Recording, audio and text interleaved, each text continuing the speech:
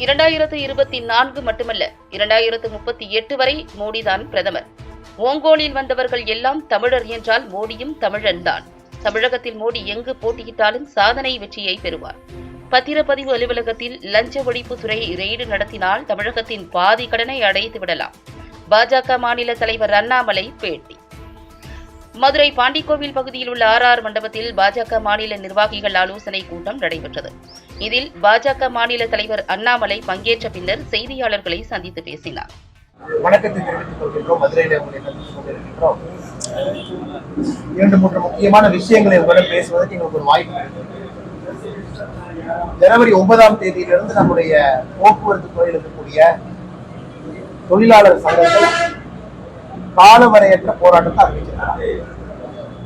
இன்னைக்கு திராவிட முன்னேற்ற கழகத்தினுடைய அரசு ஆட்சிக்கு வந்த பிறகு 31 மாசத்தை திரும்பி பார்த்தோம்னா இன்னைக்கு போக்குவரத்து துறையில மட்டுமே 35,000 காலி பணியிடங்கள், 35,000.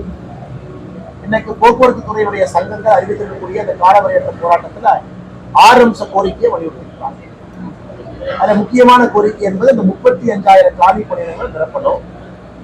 இன்னைக்கு தமிழகத்துல அந்த சங்கங்கள் கொடுக்கக்கூடிய அறிக்கையை படிக்கும் பொழுது 6,000 பேருந்துகள் நிறுத்தப்பட்டு அது ரூட்ல ஓடல, ஸ்டாப் பண்ணிட்டாங்க. ஏன்னா ஆள் இல்ல, டிரைவர் இல்ல, கண்டக்டர் இல்ல. 6,000 பேருந்துகள் நிறுத்தப்பட்டிருக்கிறது. சென்னையில மட்டுமே 800 பேருந்துகள் வரை நிறுத்தப்பட்டிருக்கு. இதனால ஓடிட்டு இருந்த பேருந்து இன்னைக்கு 800 பேருந்து நிறுத்திக்கிறாங்க. அப்ப என்ன ஆகுதுன்னா காலி பணியிடங்கள் நிரப்பல, பேருந்துகள் ரூட் குறைவா போகுது. அப்ப இருக்கக்கூடிய டிரைவரும் கண்டக்டரும் டபுள் ஷிஃப்ட் பண்றாங்க, அதிகமா வேலை செய்யறாங்க. இந்த கோரிக்கையில முழுமையா நியாயம் இருக்கு. அதிகமான வேலைப்பளு இருக்கக்கூடிய டிரைவர் கண்டக்டர் எல்லா தொழிலாளர்கள் மீது அதிகமா வேலைப்பளு வர ஆரம்பிச்சிருக்கு. பேருந்துகளுடைய ஓட்டம் குறைய ஆரம்பிச்சிருக்கு. குறிப்பா கிராமப்புறத்துக்கு செல்லக்கூடிய பேருந்து தான் ஃபர்ஸ்ட் நிறுத்துறாங்க. அதனால இந்த சூழல்ல இந்த போக்குவரத்து துறை அமைச்சர் திரு சிவசங்கர் அவர்கள் மீது ஏற்கனவே பல குற்றச்சாட்டுகளை பாரதிய ஜனதா கட்சி சொல்லிட்டு வரோம். அவருடைய மனைவியினுடைய ஹாஸ்பிட்டல்ல வந்து பேருந்துக்கு பின்னாடி ஒட்டியதுல இருந்து, ரிஃப்ளெக்டிவ் ஸ்டிக்கர் ஸ்கேம்ல இருந்து, ஸ்பீடோமீட்டர் ஸ்பீடு கருவிகள் வாங்கியது தொடர்ந்து நம்ம சொல்றோம். இன்னைக்கு குறிப்பாக திமுக வந்த பிறகு போக்குவரத்து கழகத்தை நிர்மூலமாக்கிட்டாங்க. அது எதுவுமே இல்லை, அது எல்லாம் எடுத்தாங்க. அதுல எந்த விதமான ரெவென்யூ சோர்ஸ் எடுத்தாச்சு.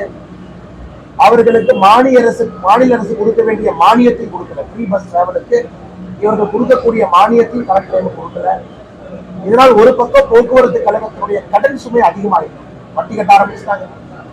இருக்கக்கூடிய ரெவென்யூ என்பது கட்டக்கூடிய வட்டிக்கு சரியா போகுது. நேரத்திற்கு சம்பளத்தை உயர்த்த முடியல, ஆட்களை புதுசா ஹையர் பண்ண முடியல. இந்த சூழல்ல இவர்கள் வந்து இந்த ஸ்ட்ரைக் அனௌன்ஸ் பண்ணிட்டாங்க. ஆனா உடனடியா மாநில அரசு தலையிடும். ஏன்னா ஒரு பக்கம் பாரதிய ஜனதா கட்சி நாங்க ஸ்ட்ரைக்கு ஆதரவுன்னு சொன்னா கூட ஸ்ட்ரைக் நடந்த என்ன ஆகும் யோசிப்பாங்க. பொங்கலுக்கு எல்லாம் ஊருக்கு போகணும். லட்சக்கணக்கான மக்கள் தமிழகத்துல எல்லா இடத்திலும் குறிப்பா நகர் பகுதியிலிருந்து கிராமத்தை நோக்கி போவாங்க. இந்த நேரத்துல காலவரையற்ற ஸ்ட்ரைக் நடந்ததுன்னா அவர்களுக்கு என்ன ஆகும்? எப்படி மக்கள் ஒரு இடத்துல இருந்து இன்னொரு இடத்துக்கு செல்ல முடியும்? ஏற்கனவே ஆம்னி பஸ் ஸ்ட்ரைக் நான் பார்த்தோம், தீபாவளி சமயத்துல அது பார்த்தோம். இப்ப ரேட் நார்மலா இன்க்ரீஸ் ஆகும், அதுவும் பார்ப்போம். இப்ப அரசு பேருந்துகள் நிறுத்திட்டோம் அப்படின்னா தனியார் பேருந்துகள் மீது சுமை, ஆம்னி பஸ் மீது சுமை, அது தேவையில்லாத பல பிரச்சனைகளை உருவாக்கும். அதாவது மாநில அரசு 8ஆம் தேதி பேச்சுவார்த்தை கூட்டிருப்பதாக நாங்கள் அறிவிக்கிறோம். இந்த பேச்சுவார்த்தையில ஒரு நிலைமை எட்டணும், ஒரு சுமூகமான நிலைமை எட்டணும். குறிப்பா இத்தனை காலி பணியிடங்களை இத்தனை நாட்களுக்குள்ள நாங்கள் பூர்த்தி செய்வோம் என்கின்ற ஒரு உத்தரவாதத்தை மாநில அரசு கொடுக்கணும். அப்புறம் 6 அம்ச கோரிக்கையில நியாயமான கோரிக்கைகள் எல்லாம் இருக்கு, அதையெல்லாம் பரிசீலிப்பாங்க. ஏன்னா இன்னைக்கு நமக்கு தெரியும், புதிய பென்ஷன் திட்டத்திலிருந்து பழைய பென்ஷன் திட்டம். இதற்கு முன்பு இருந்த நிதியமைச்சர் திரு PTR அவர்களே நிதியமைச்சராக இருந்த பொழுது ஓல்டு பென்ஷன் ஸ்கீம், பழைய பென்ஷன் திட்டத்திற்கு செல்ல முடியாது, சாத்தியக்கூறுகள் இல்லை அப்படின்னு. ஆனா திமுக தான் தேவையில்லாத எதிர்பார்ப்ப அவருடைய தேர்தல் அறிக்கை மூலமாக நியூ பென்ஷன் ஸ்கீம் ஷிஃப்ட் ஆகும்னு ஒரு தேவையில்லாத எதிர்பார்ப்பை கிரியேட் பண்ணி இவ்வளவு பிரச்சனை நடக்குது. இது எல்லாம் கூட அந்த 8ஆம் தேதி நடக்கக்கூடிய பேச்சுவார்த்தையில சுமூகமான தீர்வு. இரண்டாவது மதுரை சம்பந்தப்பட்ட பிரச்சனை. இன்னைக்கு ஜல்லிக்கட்டுக்காக ஒரு திடல் கட்டியிருக்காங்க. அது வந்து சம்பந்தமே இல்லாம ஜல்லிக்கட்டு நடக்கக்கூடிய மெயினா நடக்கக்கூடிய அலங்காநல்லூர் பஞ்சாயத்துக்கு இல்லாம நீங்க காலமேடு பஞ்சாயத்துக்கு இல்லாம கீழக்கரை என்கின்ற கிராமத்துல கட்டி வச்சிருக்காங்க. இன்னைக்கு ஒரு பக்கம் ஜல்லிக்கட்டு விளையாடக்கூடிய வீரர்கள், ஜல்லிக்கட்டு மாடு வைத்திருக்கக்கூடிய நம்முடைய சகோதர சகோதரிகள் அந்த மைதானத்துக்கு செல்வதற்கு தயாரா இல்லை, அவங்க போக மாட்டேங்கிறாங்க. இன்னொரு பக்கம் ஜல்லிக்கட்டை தடை செய்வதற்கே காரணமாகிறது திமுக அரசு. திமுகவும் காங்கிரஸ் தான் ஜல்லிக்கட்டு தடை செய்வதற்கு காரணமா இருக்காங்க. இன்னைக்கு அதுக்கு மைதானத்திற்கு கலைஞர் ஜல்லிக்கட்டு மைதானம் பேர் வச்சா எப்படிங்கிற ஏற்றுக்க முடியும்? ஜல்லிக்கட்டு தடை செய்வதற்கே காரணமாக இருந்த திராவிட முன்னேற்ற கழகமும் காங்கிரசும், அதன் பிறகு ஜல்லிக்கட்டை கொண்டு வந்தது நம்முடைய பாரத பிரதமர் நரேந்திர மோடி. இன்னைக்கு அந்த மைதானத்திற்கு யார் காரணமாக இருந்தாங்களோ அவங்க பேரை வைக்கிறோம். இதை பாரதிய ஜனதா கட்சி வன்மையா கண்டிக்கிறோம். இதை பொதுமக்களும் கூட பேச ஆரம்பிச்சிட்டாங்க, பொதுமக்களும் ஏற்றுக்கொள்ளவில்லை. அந்த பெயர் கலைஞர் அவர்கள் பேர் தான் வெப்பன்னு சொல்றதை முதல்ல கைவிடும். எல்லாத்துக்கும் போய் திரும்ப திரும்ப அந்த 3 பேர்களுடைய பெயரை தமிழ்நாட்டில் எங்கிருந்தாலும் போய் வைக்கிறாங்க. அடுத்து இதே மாதிரி போச்சுன்னா ஒரு சட்டமே போட்டுருவாங்க, எந்த குழந்தை பிறந்தாலும் கலைஞர் தான் பேர் வைப்போம், எந்த குழந்தை பிறந்தாலும் அண்ணாதுரை என்ன பேர் வைப்போம் மட்டும்தான் திமுக செய்யும். இதையும் நாங்கள் மாநில அரசு கிட்ட கேட்கிறோம், இதை கைவிடுங்க. ஜல்லிக்கட்டு மைதானத்திற்கு வருவதற்கு யாரும் தயாரா இல்லை. உடனடியாக அந்த மைதானத்தை எப்படி பயன்படுத்துவது ஏதாச்சும் ஆக்கப்பூர்வமான யோசனையை கொண்டு வாங்க. இன்னைக்கு மதுரை முழுவதும் எல்லாம் பேசுகிறது, அண்ணே இங்க ஒரு வேலை நடக்கணுமா பத்திரப்பதிவு ஆபீஸ்ல, திருப்பரங்குன்றத்துல கடவுளோட பெயர் இருக்கக்கூடிய ஒரு மனுஷன் இருக்காரு, அவரை போய் பார்த்தீங்கன்னா அவர்கிட்ட கமிஷன் கொடுத்தீங்கன்னா 6 மணிக்கு மேலையும் பத்திரிகை பதிவு செய்வாங்க. இங்க மட்டும்தான் பத்திரப்பதிவுக்கான சார்ஜ் கொடுத்ததுக்கு அப்புறம் 5500 ரூபாய் சாதாரணமா ஒரு பத்திரத்துக்கு தமிழ்நாடு முழுவதுமே வாங்குறாங்க. அந்த 5000 ரூபாய்க்கு பேர் என்ன? அது பேரு மூர்த்தி ஃபீ. அது பேரு மூர்த்தி ஃபீ. குறிப்பாக அமைச்சர் மூர்த்தி அவர்கள் வந்த பிறகு பத்திரப்பதிவு துறையில ஊழல் என்பது இமாலய ஹைட்டை போய் தொட்டிருக்கு. 8800 ஹைட்டுக்கு மேல அது போயிட்டு. இன்னைக்கு மதுரை மாநகரத்திலிருந்து ஆரம்பித்து தமிழகம் முழுவதுமே பத்திரப்பதிவு துறையில புரோக்கர் லாபி மட்டும்தான் இருக்காங்க. அவர்கள் இன்னைக்கு தனியா பத்திரப்பதிவை தாண்டிய பவரா பட்டாணி இருக்கு. பவரா பட்டாணி இலவசமாக செய்யக்கூடிய வேலையை கூட இன்னைக்கு 5500 கொடு, ஒரு ஏக்கருக்கு இவ்வளவு கொடு, அப்படி பதிய வச்சு லட்சக்கணக்கான ரூபாயை தினமும் கூட கோடிக்கணக்கான ரூபாயை கொண்டாடிக்கிறாங்க. அதெல்லாம் சாயந்தரம் அந்த ஊருக்கு ஒரு புரோக்கர் இருக்கான், அவரை பிரிச்சு அதிகாரிகளுக்கு எவ்வளவு போகணும், அமைச்சர்களுக்கு எவ்வளவு போகணும் அப்படிங்கிறது அந்தந்த ஊர்ல ஒரு புரோக்கர். மதுரையை பொறுத்தவரை திருப்பரங்குன்றத்துல அந்த புரோக்கர் உட்கார்ந்து இருக்காங்க, கடவுளுடைய பெயர் இருக்கக்கூடிய அந்த புரோக்கர். அதனால் அமைச்சர் மூர்த்தி அவர்கள் இன்னைக்கு பத்திரப்பதிவு துறையை பொறுத்தவரை அது மிக மோசமாக, அது பண வசூல் செய்யக்கூடிய துறையாக மாற்றி வச்சிருக்காங்க. இது பாரதிய ஜனதா கட்சி வருகின்ற காலத்துல எல்லா இடத்திலும் போராட்டத்தை கையில் எடுக்க போறோம். குறிப்பாக பத்திரப்பதிவுத்துறை அலுவலகங்களுக்கு வெளியே நாங்கள் போராடித்தான் இந்த சிஸ்டத்திலிருந்து திரும்ப மாற்ற வேண்டும் என்கிற நிலைமையில் வந்தால் அதற்கு பாரதிய ஜனதா கட்சி நாங்கள் போராடுவதற்கு தயாராக இருக்கிறோம், தயாராகிறோம். இது மதுரை சார்ந்த பத்திரப்பதிவுத்துறை என்பது தமிழ்நாடு முழுவதுமே புரோக்கர்களுடைய கையில் இருக்கு, அதிகாரிகள் கையில எங்கேயுமே இல்லை.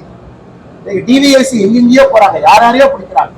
ஒரு பத்திரப்பதிவு துறையில போய் அதிகாரிகளை ரைடு பண்ணா டெய்லி சாயந்தரம் 5 மணிக்கு போனா கட்டுக்கட்டா பணம் கிடைக்கும். 5 மணிக்கு முன்னாடி போ, டெய்லி வசூல் பண்ணக்கூடிய ஒரு பத்திரத்திற்கு குறைந்தபட்சம் 5500 ரூபாய் மூர்த்தி ஃபீ. அதெடுத்து கணக்கு போட்டாவே தமிழ்நாட்டுடைய கடன் ஒரு பக்கம் 8,23,000 கோடி சொல்றோம். இன்னைக்கு இந்தியாவிலே அதிகமாக கடன் வாங்கிய மாநிலமா தமிழகம். இவங்க இன்னைக்கு போய் பத்திரப்பதிவுத்துறை அதிகாரிகள் அந்த ஆபீஸ்ல ரைடு பண்ணாதே, இந்த புரோக்கர்கள் வீட்டுல ரைடு பண்ணாதே தமிழ்நாட்டினுடைய கடனை, பெரும்பான்மையான கடனை அடைக்க ஆரம்பிச்சாங்க. இதையும் பத்திரிகை நண்பர்கள் கணக்கில் எடுத்து நீங்க போய் பார்க்கணும். பத்திரப்பதிவுத்துறை அலுவலகத்துல போய் பார்த்தீங்கன்னா மக்கள் வெளிவர மக்கள்கிட்ட கேட்டு எடுத்தீங்கன்னா தெரியும் எந்த அளவுக்கு மோசமாக தமிழகம் செல்லும். இந்த 3 விஷயங்களும் உங்களுக்கு முன்னால் வைக்க வேண்டும் என்பது எங்களுடைய ஆசை. ஒன்று, குறிப்பாக போக்குவரத்து துறை, தொழிலாளர் யூனியன் நடத்தக்கூடிய ஸ்ட்ரைக், அடுத்து நம்முடைய மதுரையை சார்ந்த நம்முடைய ஜல்லிக்கட்டு மைதானம், அப்புறம் பத்திரப்பதிவு துறை. இதை தாண்டி உங்களுக்கு கேள்வி இருந்தா கேளுங்க.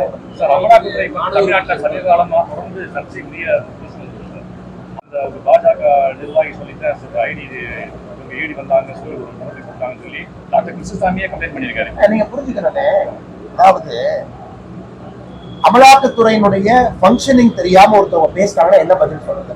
சேலத்தை பத்தி பேசிட்டு, சேலம் மாவட்டத்துல 3 பாரதிய ஜனதா கட்சி 3 மாவட்டமா இருக்கு. ஒரு மாவட்டத்துக்கும் 12 செயலாளர் இருக்காங்க. 12 சேலத்துல மட்டுமே 36 மாவட்ட செயலாளர். தமிழ்நாடு முழுவதுமே 750 பேர் மாவட்ட செயலாளர், அதாவது ஒரு மாவட்ட செயலாளர். அவர் என்னை வந்து பார்த்தார். அவர் படிச்சது 10வது. அவருக்கு அமலாக்கத்துறை ஸ்பெல்லிங் கூட எனக்கு தெரியாது, என்போர்ஸ்மெண்ட் டைரக்டரேட் ஸ்பெல்லிங் கூட எனக்கு தெரியாது. அவர் எப்படி அமலாக்கத்துறையை கூப்பிட்டு ரைட் நடத்துவாங்க? நம்ம ஏற்கனவே சொல்லியிருக்கு, அந்த எந்த விவசாயிகள் மீது அமலாக்கத்துறை நோட்டீஸ் கொடுத்திருக்காங்களோ அதுக்கான predicate offence wild life act. Wild life ஆக்ட்ல ஒரு காலத்துல காட்டெருமை ஹண்டிங் நடந்தது. அது இவங்க 2 பேரும் அக்யூஸ்டா இருக்காங்க. அதன் பிறகு வனத்துறை அமலாக்கத்துறைக்கு கடிதம் எழுதியிருக்காங்க. குறிப்பா வந்து இதுல ஹவாலா டிரான்சாக்சன் நடந்திருக்கா? உங்களுக்கு தெரியும், என்போர்ஸ்மெண்ட் டைரக்டரேட்டுக்கு வைல்ட் லைஃப் ஆக்டினுடைய பிரெடிகேட் அஃபென்ஸை எடுத்து என்கொயரி பண்றதுக்கான ஜூரிஸ்டிக்ஷன் இருக்கு. மணி லாண்டரிங்ல வைல்ட் லைஃப் ஆக்ட் இருக்கு, ஜூரிஸ்டிக்ஷன் இருக்கு. அதன் அடிப்படையில வனத்துறை எடுத்த நடவடிக்கை அடிப்படையில அமலாக்கத்துறை ஒரு நோட்டீஸ் கொடுத்தாங்க. அந்த நோட்டீஸை பத்தி நம்ம கிரிட்டிசைஸ் பண்ணோம். அண்ணே இந்த நோட்டீஸ்ல ஜாதி பேரை போட்டாங்க, அது நாங்களும் சொல்ற போடக்கூடாது. நோட்டீஸை கிரிட்டிசைஸ் பண்ணோம், நோட்டீஸுடைய முறையை கிரிட்டிசைஸ் பண்ணோம். ஆனா அமலாக்கத்துறை என்ன சொல்றாங்க, எங்களுக்கு கொடுத்த எஃப்ஐஆர்லயே ஜாதி பேர், எஃப்ஐஆர் காலத்திலேயே அவங்களுடைய ஜாதி பேரை மென்ஷன் பண்ணி கொடுத்திருந்தாங்க. அதனால அமலாக்கத்துறை அதிகாரிகள் கொடுத்திருக்கலாம். நான் யூகிக்கிறேன், அமலாக்கத்துறை அதிகாரிகளுக்கு அப்படி பேசுறேன். அதனால பாரதிய ஜனதா கட்சிக்கு என்ன சம்பந்தம்? உண்மையாலுமே இந்த கேள்வி கேட்கணும்னா தமிழ்நாட்டுல வனத்துறை அதிகாரிகளை கேட்கணும். நீங்க அவங்க மேல வைல்ட் லைஃப் ஆக்ட்ல கேஸ் போட்டீங்களா இல்லையா? நீங்க பிரெடிகேட் அஃபென்ஸ் அமலாக்கத்துறைக்கு அனுப்பிச்சீங்களா இல்லையா? அமலாக்கத்துறைக்கு எப்படி ஒரு wild life act case Attur சட்டமன்ற தொகுதிக்குள்ள 2 விவசாய பெருமக்கள் இருக்கக்கூடிய நிலத்தில் நடந்திருக்கு, அமலாக்கத்துறைக்கு எப்படி தெரியணும்? இதை மாநில அரசு கிளாரிஃபை பண்ணட்டும். மாநில அரசோ வனத்துறை அதிகாரிகளோ கிளாரிஃபை பண்ணட்டும். நாங்க அமலாக்கத்துறைக்கு கடிதமே எழுதல, அல்லது நாங்கள் எழுதிய கடிதத்துல அட்டாச் பண்ண எஃப்ஐஆர்ல ஜாதி பேர் இருந்துச்சா இல்லையான்னு அவங்க சொல்லணும். இது சம்பந்தமே இல்லாம அழகா எல்கேஜி குழந்தைக்கு நான் சொல்றது யாரு கடிதம் எழுதுறான்னு சொல்றேன், வனத்துறை கடிதம் எழுதியிருக்காங்க, வைல்ட் லைஃப் ஆக்ட பத்தி சொல்றேன், மணி லாண்டரிங்க பத்தி பேசுறேன். அதை வச்சு அமலாக்கத்துறை நோட்டீஸ் கொடுத்து, நோட்டீஸ் என்ன கேட்டாங்க? Bank account details, Aadhaar details, அவங்க பணத்துக்கு அவங்க வங்கி கணக்குக்கு பணம் எங்கிருந்து வந்திருக்கு பார்த்து அவர்கள் குற்றம் இல்லைன்னா நோட்டீஸ் திரும்ப முடிச்சுக்க போறாங்க. அன்னைக்கே நாங்க சொல்லிடுவோம், அவங்க குற்றம் செய்யல, அவங்க மணி லாண்டரிங்ல இன்வால்வ் ஆகல, அவர்களுக்கு இதுக்கும் சம்பந்தம் இல்லை. அதுக்கப்புறம் அமலாக்கத்துறை ஹராஸ் பண்றாங்க, நீ ஹராஸ் சொன்னா நாங்களே களத்துக்கு வரணும்னு சொல்லிடுவோம். நோட்டீஸ் கொடுத்திருக்காங்க, பேங்க் அக்கௌண்ட் டீடைல்ஸ் கேட்டிருக்காங்க, அதுல ஆதார் கார்டு. இதுல என்ன தப்பு நீங்க சொல்லுங்க? நீங்க ஒரு மூத்த பத்திரிகையாளர், அமலாக்கத்துறை நடவடிக்கை என்ன தப்பு நீங்க சொல்லுங்க? இல்ல 10,000 பேர் 10,000 சொல்லலாம், நான் லாஜிக்கா பேசுறேன். நாளைக்கு ரோட்ல போற விட்டு அண்ணாமலை சரியில்லைன்னு சொல்றேன். அண்ணாமலை சரியில்லை ஏன் சரியில்லைன்னு சொல்லணும்? அரசியல்வாதிகள் அமலாக்கத்துறை நடவடிக்கை சரியில்லை, எந்த பாயிண்ட் சரியில்லை? கிளிப்பின்னு சொல்ற மாதிரி சொல்றேன். எஃப்ஐஆர் எங்க, வைல்ட் லைஃப் ஆக்ட் எங்க? இவங்க மேல எஃப்ஐஆர் போட்டிருக்காங்க பைசன் ஹண்டிங்க்கு. வைல்ட் லைஃப் ஆக்ட்ல போட்ட கேஸுக்கு வனத்துறையை அமலாக்கத்துறைக்கு இன்ஃபர்மேஷன் அனுப்புறாங்க. அதுக்கப்புறம் அமலாக்கத்துறை நோட்டீஸ் கொடுக்குறாங்க. அதுல வனத்துறை அனுப்பிய கேஸ்ல ஜாதி பேர் குறிப்பிட்டிருக்கு, அவங்க அதை மென்ஷன் பண்ணிருக்காங்க. இவ்வளவு விஷயங்கள் நான் சொல்றேன். அமலாக்கத்துறை ஃபாலோ பண்ணது ஒரு ப்ராசஸ். இப்ப விவசாய பெருமக்கள் பேங்க் அக்கௌண்ட் கொடுத்துட்டாங்க, ஆதார் அட்டையை கொடுத்துட்டாங்க, அதுல சஸ்பிஷியஸா எந்த டிரான்சாக்சன் இல்ல. அதன் பிறகு அமலாக்கத்துறை நடவடிக்கை எடுக்கிற மாதிரி நாங்க களத்துக்கு வரணும். இதுல சம்பந்தமே இல்லாம எப்படி ஒரு பாரதிய ஜனதா கட்சியினுடைய மாவட்ட அளவுல 12 செயலாளர்கள் ஒருவரை எப்படி லிங்க் பண்ணி பேச முடியும்? நீங்களே சொல்லுங்க. சொல்றேன், நீங்க இருக்கிறவங்க சொல்லணும்ல, ஒருவரை பட்சமா அண்ணா பேசக்கூடாது. ஒரு நிமிஷம். 2014-16 16 பாஜக தனியா நினைச்சு, 14 தனியா நினைச்சு, அப்ப நம்ம கூட இருந்த தலைவர்கள் யாருக்கு இல்லைங்க சொல்லுங்க. இருக்கிற தலைவர்கள் பேரை நீங்க சொல்லணும். எத்தனையோ பேர் வர்றாங்க, பிரதமரை சந்திக்கிறாங்க, ஓபிஎஸ் அண்ணா வர்றாங்க சந்திக்கிறாங்க, எத்தனையோ தலைவர்கள் லைன் அப்ல நிக்கிறாங்க. ஒரு நிமிஷம், இருக்காரு இல்லைன்னு நான் சொல்றேன். அது ஏற்கனவே தொடர்ந்து சொல்றேன். இது வந்து விதண்டாவாதம் கிடையாது. அதே கேள்வி திரும்பி நான் கேட்பேன். நீங்க ஒருத்தர் போயிட்டாங்கிறீங்க, உள்ள இருக்கிறவங்க பேரை ஏன் சொல்ல மாட்டீங்கன்னா, நீங்க ஒரு விஷயம் புரிஞ்சுக்கணும், மோடிங்கிற மனிதனுக்கு தான் ஓட்டு. Very clear. 2024 பாராளுமன்ற தேர்தல் மோடிக்கான தேர்தல். வேற யாரையும் தமிழகத்துல பிரதமரா வந்து நிறுத்தினா மக்கள் சிரிப்பாங்க. நீங்க தமிழகத்துல பிரதமர் வேட்பாளர் சொல்லுங்க பார்க்கலாம். ஆனா இந்த கட்சி தலைவர் இருக்காரு பிரதமர், மக்கள் சிரிக்கிறாங்களே நான் சொல்றேன். நீங்க மோடி அவர்கள் பிரதமர் வேட்பாளர் என்டிஏ நான் சொல்லிட்டோம், என்டிஏ சொல்லிட்டோம். நீங்க ப்ரொபோஸ் பண்ணுங்க, ஒரு ஜேர்னலிஸ்டாவோ அல்லது ஒரு அரசியல் கட்சி தலைவர்கள் வந்து, இல்லனே எங்க தலைவர் மோடி விட சூப்பர், எங்க தலைவர் தான் பிரதம மந்திரி வேட்பாளர் தமிழ்நாட்டில் ஏதாச்சும் அரசியல் கட்சி சொன்னா மக்கள் சிரிக்கிறாங்களா என்னன்னு பெற்று வைக்கிறேன். பிரதமருக்கான தகுதி இருக்கு. இன்னைக்கு மோடி அவர்களுக்கு முழு தகுதி ப்ரூவ் பண்ணிருக்காங்க. இது பல எலெக்ஷன் மாதிரி 2024 தேர்தல் மோடிக்கான தேர்தல், மோடி அவர்களுக்கான வாக்கு. அதுக்கு எண் மக்கள் யாத்திரையா ஒரு சாட்சி. சேலத்துல கூட்டத்தை வந்து பாருங்க, நாங்க போன தொகுதியில கூட்டத்தை வந்து பாருங்க, தமிழ்நாடு முழுவதுமே பாருங்க, சில தலைவர்களுடைய ஹோம் கிரவுண்ட்ல போய் பாருங்க. எதற்குன்னா மோடிக்காக மக்கள் வர்றாங்க. நான் யாரையும் குறைச்சு சொல்றேன், நான் மோடி அவர்களை உயர்த்தி சொல்றதுக்காக வேற யாரையும் குறைச்சு சொல்றேன். இந்த எலெக்ஷன்ல யாரெல்லாம் மோடி அவர்களை ஏத்துக்கிறாங்களோ யார் வந்தாலும் எங்களோட வரும். ஆனா மோடி அவர்களை ஏத்துக்கிறாங்க வெரி கிளியர். மோடி அவர்கள் பிரதம மந்திரியாக 2020 அப்புறம் செகண்ட் கூட்டணி பெருசா இருந்தா தான் ஜெயிக்கிறோம். 2024 ப்ரூவ் பண்ணோம். பெருசா இருக்கிற திமுக கூட்டணி மிக மோசமான ஒரு தோல்வி.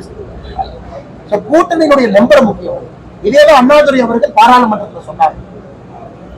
அண்ணாதுரை அவர்கள் சொன்னார், காக்கா அதிகமா இருக்கிறதுக்காக ஏன் காக்காவை தேசிய பறவையா சொல்லுங்க? காக்கா அதிகமா இருக்கு. நீங்க சொல்ல கூட்டணி கட்சிகள் அந்த பக்கம் 5 இருக்கு, அந்த பக்கம் 10 இருக்கு, அந்த பக்கம் 12 இருக்கு. காக்கா தான் அதிகமா இருக்கு. காக்கா மேல பெரிய மரியாதை இருக்கு. ஆனா காக்காவை ஏன் தேசிய பறவையா சொல்லாம மயிலையா சொன்னாங்க? நம்பர்ஸ் முக்கியம் கிடையாது, இம்பாக்ட் முக்கியம். 2024 பாராளுமன்ற தேர்தலை பொறுத்தவரை நிறைய பேருக்கு புரிஞ்சிருச்சு, அவர்களுடைய அரசியல் கட்சிகளுடைய காலம் முடிய போகுது. இந்தியா முழுவதும் என்டிஏ கூட்டணி, இந்தி கூட்டணிக்கு பாத்தீங்கன்னா ஒரு பக்கம் சுயநலவாதிகள் கூடாது. இந்தி கூட்டணியை பொறுத்தவரை அவங்க செல்ஃப் சென்டர். என்டிஏவை பொறுத்தவரை வருகின்ற எல்லா ஓட்டும் மோடி என்கின்ற மனிதனுக்காக வரக்கூடிய. அவங்க வந்து வேண்டாம்னு சொல்ல முடியுமா? நீங்க மோடி எடுத்துட்டு வரீங்க, வேண்டாம்னு சொல்றதுக்கு எனக்கு என்ன உரிமை இருக்கு? உங்களுக்கு மோடி எப்படி? நீங்க வேற கட்சியில் இருக்கீங்க, நீங்க வந்தீங்கன்னா எப்படி நான் வேண்டாம்னு சொல்றேன்? சொல்றதுக்கு எனக்கு என்ன உரிமை இருக்கு? மோடி அவர்களே அவங்களும் ஏத்துக்கிறாங்க. எப்படி எனக்கு மோடி வேண்டும் என்று நினைக்கிறார்களோ இன்னொரு கட்சியும் மோடி வேண்டும் நினைக்கிறாங்க. இதுல பேசே வந்து மோடி ஏத்துக்கணும். மோடி அவர்கள் இந்தியாவுடைய அற்புதமான தலைவராக இன்னும் 5 ஆண்டுகள் வேண்டாம்னு சொல்றதுக்கு எனக்கு என்ன உரிமை இருக்கு? மோடி அவர்களை ஏற்றுக்கொண்டு தேர்தல் பக்கத்துல வர இன்னும் பல கட்சிகள், பல தலைவர்களை நீங்க பார்க்கத்தான் போறீங்க. மதுரையில் நான் கூட பேசத்தான் போறேன். தமிழகத்தை பற்றி இப்ப பேச வேண்டிய அவசியம் இல்லை. காரணம், கூட்டணியை பத்தி பேச வேண்டிய நேரம் தேர்தல் நேரம். எனக்கு திமுக கூட்டணி இருக்கு, என்ன இருக்காது, அந்த கட்சிக்கு என்ன டிஃபரன்ஸ் இருக்கு? உதாரணத்துக்கு கம்யூனிஸ்ட் கட்சிக்காரர் சொல்றாங்க, கம்யூனிஸ்ட் கட்சி பொன்முடி அவர்கள் மீது உயர்நீதிமன்றத்தில் தீர்ப்பு வந்த பிறகு கம்யூனிஸ்ட் கட்சி தலைவர் சொல்றாரு, நீதிபதி மேல கொஞ்சம் சந்தேகம். இந்த மாதிரி கம்யூனிஸ்ட் கட்சி வாழ்க்கையில பார்த்துட்டீங்களா? அண்ணன் திருமாவளவன் சொல்றாரு, சமூக நீதி போராடுறது, ஊழல் பேசுறவங்க நீதிபதி மேல சந்தேகம். இது ஒரு கூட்டணியா? பேசாம அந்த கட்சியை திமுக வெற்றி பண்ணிட்டு போறாங்க. அதனால தனித்தனி கட்சியை தயவு செஞ்சு பிரிச்சுப்பாங்க. கம்யூனிஸ்ட் கட்சிங்கிறது ஆரம்ப கால சித்தாந்தத்தை எப்பவோ இழந்துருச்சு. எப்ப நீங்க நீதிபதியினுடைய கேரக்டர் கொஸ்டின் பண்றாங்களோ அன்னைக்கே கம்யூனிஸ்ட் கட்சி இந்த சித்தாந்தம். இது எப்படி கூட்டணி கட்சி ஜிஞ்சா அடிக்கிறாங்க, ஜால்ரா அடிக்கிறாங்க. திமுக என்ன செஞ்சாலும் ஜிஞ்சா அடிக்கிறாங்க. நம்ம கூட்டணி அப்படி அவசியம் இல்லை. இண்டிவிஜுவல் கருத்துக்கள் இருக்கு. இண்டிவிஜுவல் கருத்துக்கள் இருந்தால் முரண்பாடுகள் இருக்கத்தான் செய்யும். அதாவது கூட்டணியினுடைய நேச்சர், ஷேப், ஃபார்மேஷன் அது எப்படி இருக்கும் என்பது தேர்தல் பக்கத்துல வரும்போது நம்ம பேசுவதெல்லாம். நமக்கு பார்லிமெண்ட்ரி போர்டு இருக்கு, அவங்க அதிகாரப்பூர்வமா அறிவிப்பாங்க எப்படி இருக்கு நம்ம ஸ்ட்ரக்சர், எப்படி நம்முடைய கூட்டணியினுடைய தன்மை இருக்கு. நேரம் வரும்போது பேசுறாங்க. இப்ப நீங்க தயவு செஞ்சு திமுக கூட்டணியை பாஜகவோட கம்பேர் பண்ணாங்க. நீதிபதியினுடைய இன்டெகிரிட்டியை கொஸ்டின் பண்றவங்க இருக்கிறாங்க. இதே திருமாவளவன் அவர்கள் இதற்கு முன்னாடி திமுக ஊழலை பத்தி பேசுறீங்க, இதே கம்யூனிஸ்ட் வேற காலகட்டத்தில் ஊழலை பத்தி பேசுறீங்க. ஆனா இன்னைக்கு ஒரு ஊழல்வாதியின் மீது நடவடிக்கை எடுத்தா நீதிபதி செஞ்சிருக்கிறார். இந்த கூட்டணியோட எப்படி நீங்க பிஜேபியை கம்பேர் பண்ணுவீங்க? அதை கூட்டணியாவே பார்க்கல. அவங்க எல்லாம் ஒன்னா சேர்ந்து திமுகவுக்கு ஜால்ரா அடிக்கிறாங்கன்னு தான் நான் பாஜக பலம் பெற்றுச்சு நான் பார்க்கிறேன். நான் வந்து அப்படியே கூட்டணியில பாஜக இருந்துச்சுன்னு முக்கியம் கிடையாது. நான் முதல்ல இருந்து தெளிவா சொல்றேன், பாஜக பலமா இருக்கு, அதுக்கு தான் நான் இங்க இருக்கு. கூட்டணியை பலப்படுத்துறதுக்கு நான் இங்க இருக்கு. அதான் ரொம்ப தெளிவா இருக்கு. 2024 கூட்டணியோ மோடி அவர்களை ஆதரிச்சு யார் வர்றாங்களோ எல்லாம் வர்றாங்க. அண்ணாமலை கூட்டணி நான் எந்த கூட்டணி தலைவரை போய் நான் பார்த்திருக்கேன்? நான் எந்த பெரிய கூட்டணி தலைவர் வீட்டுக்கு போய் சால் போட்டிருக்கேன், பொக்கே கொடுத்துருக்கேன், நான் பண்ணி பார்த்திருக்கீங்களா? நான் வந்தது பார்த்திருக்கீங்களா?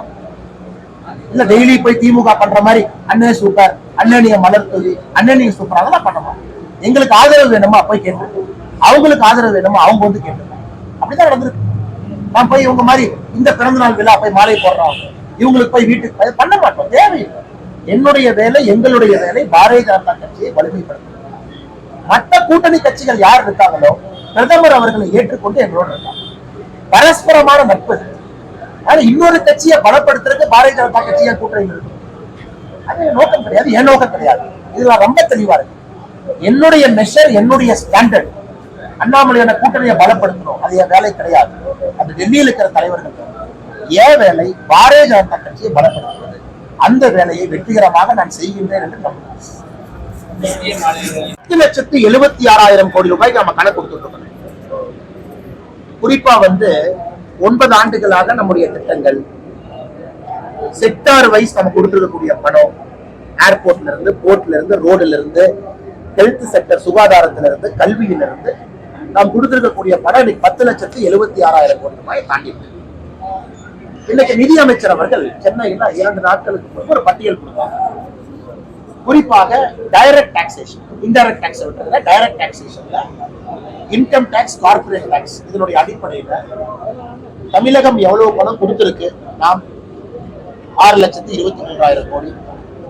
எவ்வளவு பணம் திரும்பி வந்திருக்கு? 6,90,000 கோடிக்கு மேல.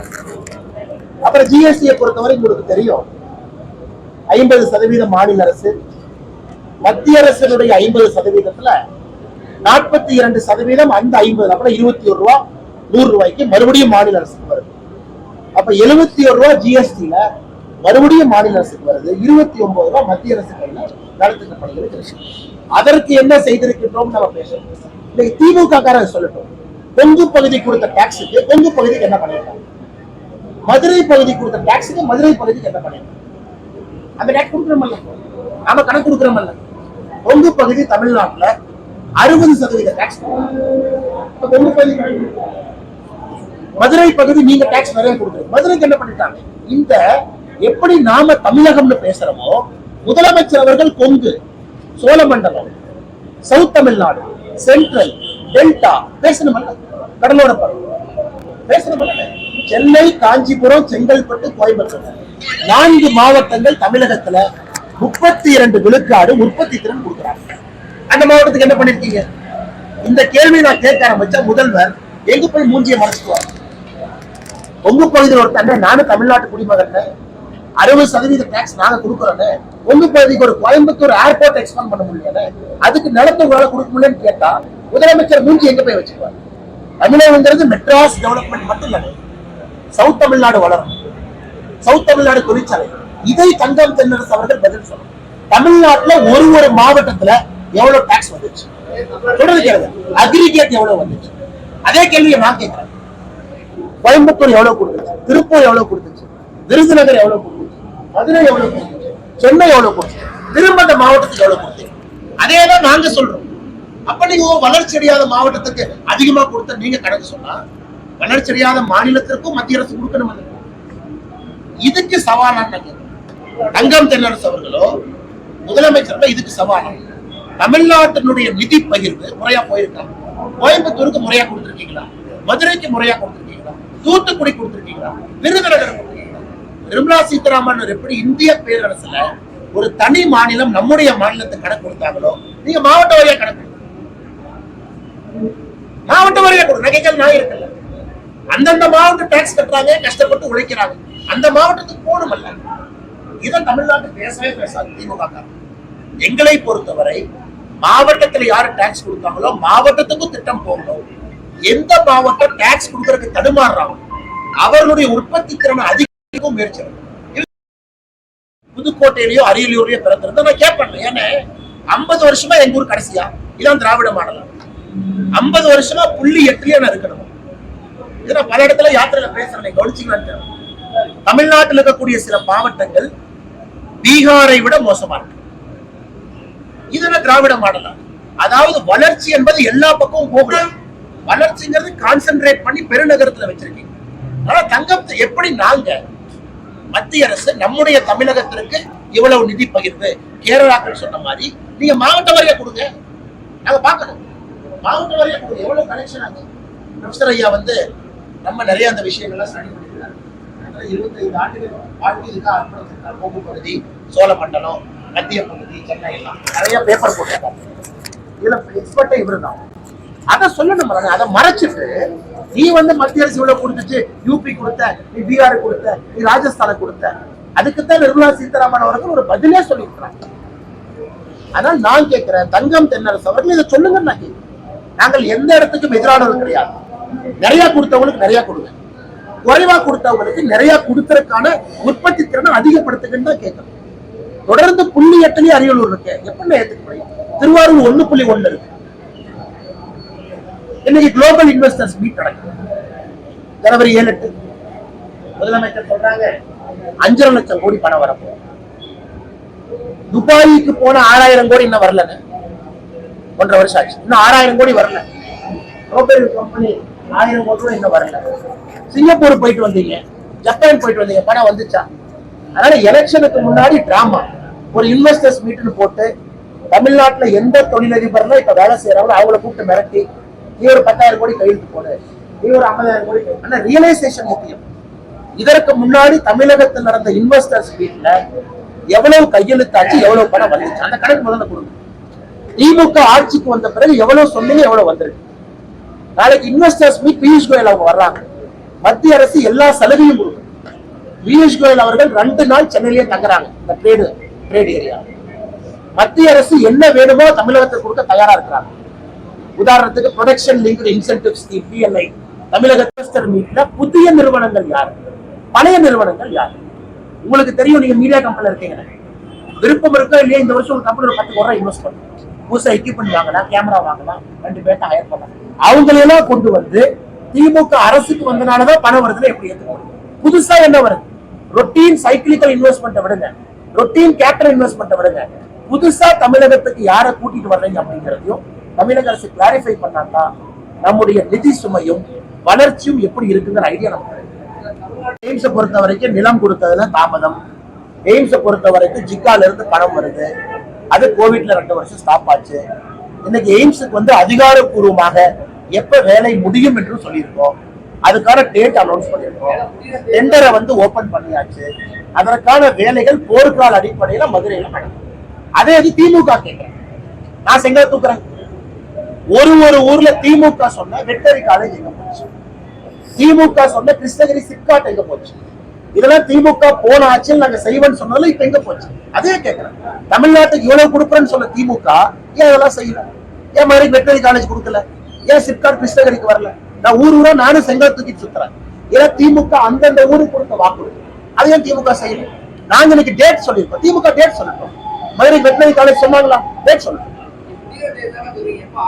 அதேதான் நான் கேட்கிறேன் தலைவா, திமுக முடிகிற தேதி சொல்லிட்டு நான் கேட்கிறேன். நாங்க முடிகிற தேதி சொல்லிட்டோம்ல, திமுக கொடுத்ததுக்கு முடிகிற தேதி சொல்லிட்டோம். மதுரை வெட்டரி காலேஜ் எப்ப முடிப்பாங்கன்னு சொல்லுங்க, சிப்காட் கிருஷ்ணகிரி எப்ப முடிப்பாங்கன்னு சொல்லுங்க. திமுக காரங்கிட்ட கேளுங்களேன். ஆனா அண்ணாமலை அண்ணா இவ்வளவு செங்கலை தூக்கிட்டு போறாரு. இன்னைக்கு மதுரை எய்ம்ஸுக்கு முடிகிற தேதி சொல்லிட்டாங்கன்னு பயன்பாட்டுக்கு வருங்கிறாங்க. இன்னைக்கு உங்களே கேட்கிறாரு, நீங்க சொன்னதெல்லாம் ஊர்ல பேசுறாரு, நீங்க ஒன்னொன்னுக்கு முடிகிற தேதி சொல்லுங்க கேளுங்க. மதுரை, திருச்சி, கோயம்புத்தூர் இது 3மே இன்டர்நேஷனல் ஏர்போர்ட் தான். அதற்கான ஃபெசிலிட்டிஸ் முதல்ல இம்ப்ரூவ் பண்ணணும். உதாரணத்துக்கு கோயம்புத்தூரை பொறுத்த வரைக்கும் கோடிஷன் பிரச்சனை, திருச்சியை பொறுத்த வரைக்கும் இடம் பிரச்சனை, மதுரையை பொறுத்தவரை இதற்கு முன்னாடி நாம காங்கிரஸ் ஆட்சியில கையெழுத்து போட்டிருக்கோம். குறிப்பா துபாய்க்கெல்லாம் இவ்வளவு சீட் நாம கொடுப்போம், அவ்வளவு சீட் அவங்க கொடுப்பாங்க, அதையெல்லாம் மாற்றி போடணும். ஏன்னா அப்பதான் பைலேட்டரல் அக்ரிமெண்ட் எக்ஸ்பேண்ட் பண்ணணும். ஜோதிராதித்ய சிந்தியா அவர்கள் சமீபத்தில் திருச்சி வந்த பொழுது 2 உறுதிமொழியை கொடுத்தாங்க. இந்த 3 விமான நிலையத்தையும் உலகத்தரம் வாய்ந்த விமான நிலையத்தை நாங்க பார்க்கிறோம். இதை நீங்க பார்த்துருக்கீங்க. இந்த மதுரை எம்பி சொல்ற பொய்க்கெல்லாம் ஜோதிராதித்ய சிந்தியா ஒரு கடிதமாகவே முதலமைச்சர் கிடைக்கிறது. மதுரைக்கு கடிதம் எழுதியிருந்தாங்க, கோயம்புத்தூருக்கு எழுதியிருந்தாங்க, இப்ப திருச்சி கடிதம், இப்ப திருச்சி சால்வ் ஆயிடுச்சு. ஒரு விமான நிலையத்துக்கும் மத்திய அரசு பிரச்சனை இருக்கு, லேண்ட் அக்விசிஷனே நடக்காம இருக்கு, அதெல்லாம் நீங்க செஞ்சு கொடுக்கணும்னு இருக்கு. தூத்துக்குடி நம்ம பேசுறோம், தூத்துக்குடியில நாம் தான் முதலாக ஏர்பஸ் லேண்டிங் ஃபெசிலிட்டி கொண்டு வரணும். நைட் லேண்டிங் ஃபெசிலிட்டி தூத்துக்குடி விமான நிலையம் வேலையாகிறது. அது 2024 மத்தியில தூத்துக்குடி விமான நிலையம் மக்கள் பயன்பாட்டுக்கு வந்தா சவுத் தமிழ்நாடுக்குள்ள லிங்க் ஆகும். ஆனா உங்களுக்கு தெரியும், நம்ம ஆட்சிக்கு வந்த பொழுது 73 விமான நிலையம், இன்னைக்கு நம்ம டபுள் பண்ணிருக்கோம் 153 வரும். ஸோ விமான நிலைய கனெக்டிவிட்டியை பொறுத்த வரைக்கும் ரெக்கார்டு ஸ்பீட்ல நம்முடைய ஆட்சியில வெள்ள 151 சொன்னாச்சு, இன்க்ளூடிங் திருச்சி 73 இருக்கு. அதனால இதெல்லாம் அரசியல் சொன்னாங்க. யோகிராஜ்ய சிங் எழுதுற கடிதத்துக்கு இவங்க சால்வ் பண்ணி கொடுத்தாலே போதும். திருச்சி, மதுரை, கோயம்புத்தூர், சேலம் விமான நிலையம் ஆரம்பிச்சாச்சு, பிளைட் இல்லாம இருந்துச்சு. நாங்க ஜோதிராஜ சிங் அவர்கள் எடுத்துட்டு போய் சேலத்துக்கு நீ பிளைட் போடுவாங்க. தஞ்சாவூர், சென்னை பிளைட் கனெக்ஷன் ஆரம்பிச்சிட்டோம். அதுக்கான அப்ரூவல் வந்துருச்சு. இது அனைத்துமே நீங்க தமிழ்நாடு ஃபுல்லா பாருங்கன்னா கனெக்டிவிட்டியை கொண்டு வந்திருப்பது பாரதிய ஜனதா கட்சி, நரேந்திர மோடி ஐயா அவர்கள் ஆதரவோடு இன்னும் 20 வருஷத்துக்கு மோடி ஐயா தான் பிரதமர். தமிழ்நாட்டில் இருக்கக்கூடிய பல திமுக தலைவர்கள் தமிழ் சொல்றாங்கல்ல, அதை விட மோடி ஐயா அவர்கள் முழு தமிழ்.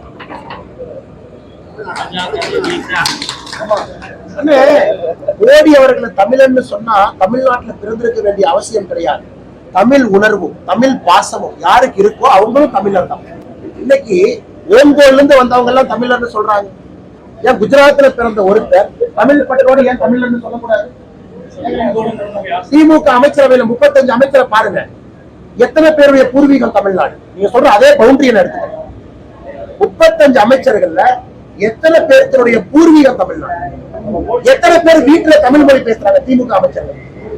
அதுக்குள்ள போன விரும்பல. அதுக்குள்ள போன தமிழக அரசியலே மாற்றி புரட்டி போட்டு வேற டாபிக் போகணும். அதனால நான் சொல்றேன், உங்களுக்கு தெரியுமே, எல்லாத்துக்கும் தெரியும். நான் சொல்வது ஓங்கோலில் இருந்து வந்து தமிழ்நாட்டுக்காரன் நீங்க ஏமாத்திட்டு இருக்காங்க. குஜராத்திலே பிறந்த மோடி அவர்கள் தமிழ் பெருமையும் கலாச்சாரம் பேசுற ஒரு தமிழர் கிடையாது. கண்டிப்பா தமிழர் என்ன மாற்று. டெல்டாக்காரன் சொல்றாங்க. டெல்டாக்காரன் என்று சொல்வதை விட மோடி அவர்கள் இன்னைக்கு டெல்டாக்காரன். அவ்வளவு வேலை செஞ்சிருக்கோம். அவ்வளவு வேலை செஞ்சோம். நாங்க டெல்டா பகுதியில் ஒரு புள்ளி விவரமே கொடுத்தோம். திமுக 31 மாசத்துல என்ன பண்ணிருக்கு, மோடி ஐயா 9 வருஷத்துல என்ன பண்ணிருக்காங்க. அப்ப நீங்க சொல்லுங்க, உண்மையான டெல்டாக்கார யாரு? மக்களே சொன்னாங்க உண்மையான டெல்டாக்கார மோடி. இன்னைக்கு இந்தியன் ரெக்கார்டு வந்து சிஆர் பாட்டீல், குஜராத்தினுடைய பிஜேபி தலைவர் தான் கின்னஸ் ரெக்கார்ட்ல அதிக வாக்கு வித்தியாசத்துல ஜெயிச்சவரா இருக்காங்க. அந்த ரெக்கார்டை மோடி ஐயா தமிழ்நாட்டு மக்களுடைய அன்போடு பிரேக் பண்ணுவாங்க. 39 சீட்ல எங்க மோடி இருந்தாலும் சிஆர் பாட்டீல் குஜராத்ல செய்த சாதனையை மோடி ஐயா அந்த அளவுக்கு தமிழ்நாட்டு மக்கள் தயாரா இருக்காங்க. ஆனா மோடிஜி போட்டி போடுவாரா? மக்கள் தயாரா இருக்காங்க, கட்சி நம்ம தயாரா இருக்காங்க. ஆனா 19th எங்களுக்கு அபிஷியலா எதுவும் தெரியாதுங்க, அபிஷியலா தெரியாதுங்க. ஆனா உங்களுக்கு தெரியும், மோடி அவர்கள் இதுவரை எல்லா கேலோ இந்தியா போட்டியும் போயிருக்காங்க. அதையும் நான் சொல்லியிருக்கேன். பத்திரிகை நண்பர்கள், நீங்க சீனியர் இருக்கீங்க, உங்களுக்கு தெரியாது இல்ல, இதுவரை எல்லா கேலோ இந்தியா போட்டிக்கும் மோடி போயிருக்காரு. ஆனா மோடி அவர்கள் 19ஆம் தேதி வருவதை பற்றி அதிகாரப்பூர்வமான கருத்து எங்ககிட்ட இல்ல. வந்தோடனே நாங்க சொல்றோம்.